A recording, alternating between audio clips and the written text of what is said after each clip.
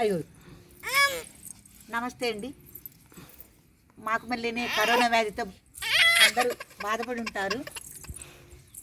మా ఇంట్లో అయితే సంవత్సరం పాప, 6 నెలల పాప, ఇగో 4 సంవత్సరాల పాప, 7 సంవత్సరాల పాప, 9 సంవత్సరాల పాప దగ్గర నుంచి 10 మంది మా కుటుంబం మొత్తం మేము కరోనాతో చాలా బాధపడ్డాము. ఈ నెల 9వ తారీఖున నాకు ఫస్ట్ వచ్చింది.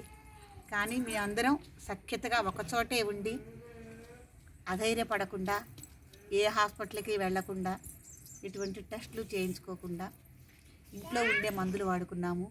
అందరం సఖ్యతగా ఉన్నాము. మా పెద్దమ్మాయి అండి హైదరాబాద్ నుంచి వచ్చింది. నాకు ఇట్లా కరోనా వచ్చింది అని అనగానే మా వియ్యాల వారు, మా అల్లుడు సహకరించి వెంటనే కారు ఇచ్చి మా పెద్దమ్మాయిని పంపించారు. ఈ 20 రోజుల నుంచి మాకు వండి పెడుతోంది.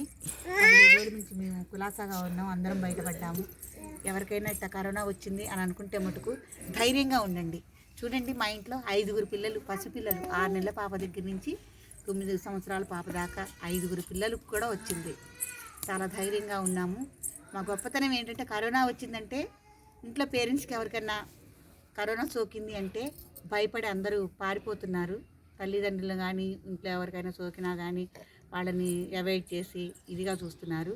కానీ మా ఇంట్లో మా పెద్దమ్మాయిని కూడా పంపించి, తర్వాత మా చిన్నమ్మాయి కూడా మాతోనే ఉంది, దాన్ని కూడా పంపించి మీ అందరం ఒక చోట ఉండి సంఘీభావంగా ఉండి కరోనాని మేము జయించాం.